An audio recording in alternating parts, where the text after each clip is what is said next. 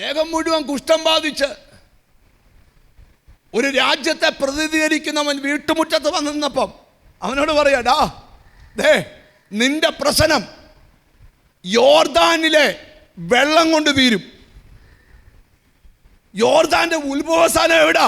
അങ്ങ് മലമടക്കുകളിൽ മഞ്ഞുരുകി വരുന്ന വെള്ളമാ യോർദാൻ. ബൈബിളിൽ യോർദാന്റെ ചരിത്രം ഒത്തിരിയുണ്ട്. ഉൽപ്പത്തി മുതൽ താഴോട്ട് വായിച്ചു വരുമ്പം യേശുക്രിസ്തുവിന്റെ യോർദാനിലെ സ്നാനം തൊട്ട് യോർദാന്റെ ചരിത്രം ഒത്തിരി ബൈബിളിലുണ്ട്. ഞാൻ എല്ലാം ഒന്നും വിവരിക്കുന്നില്ല.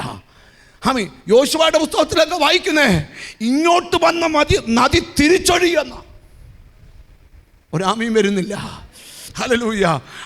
ഇന്ന് ഈ മെസ്സേജ് കേൾക്കുമ്പം നിന്റെ ബന്ധനങ്ങളെ അവൻ അറുത്തു കളയട്ടെ. യെശയ്യാവയ്ക്ക്, സിയോൻ പുത്രി, നിന്റെ കഴുത്തിലെ ബന്ധനങ്ങളെ അഴിച്ചെറിയ. യേശുവിൻ്റെ നാമത്തില് നിന്റെ തൊണ്ടയിലെ ക്യാൻസറും നിന്റെ സംസാരശേഷിയെ നഷ്ടപ്പെടുത്തുന്ന ആ ബന്ധനത്തെ അഴിച്ച. ബന്ധനങ്ങൾ അഴിയുന്നത് എവിടാന്നറിയാമോ? പാസ്റ്റർമാർ കൈവെക്കുമ്പോഴല്ല. ബന്ധനം അഴിയുന്നത് തിരുവചനം എന്ന ഇരുവായ്ത്തലയുള്ള വാള് അറക്കാനിറങ്ങുമ്പോഴാണ്. അതൊരു പക്ഷേ ഞങ്ങൾ കൈവെക്കുമ്പോൾ സംഭവിച്ചേക്കാം, കൈവെക്കാതെ നടന്നേക്കാം. ഞാനൊരു ദൂത് പറഞ്ഞ് അവസാനിപ്പിക്കട്ടെ. നിന്റെ ബന്ധനങ്ങളെ അവൻ അറുത്തു കളയട്ടെ. ബൈബിളിൽ പറയുക, പരിഹാസികളുടെ ബന്ധനം മുറുകും. ദൈവത്തെ പരിഹസിക്കുക, ദൈവദാസന്മാരെ പരിഹസിക്കുക, ദൈവവേലയെ പരിഹസിക്കുക, അവരുടെയൊക്കെ ബന്ധനം മുറുകിക്കൊണ്ടിരിക്കുക.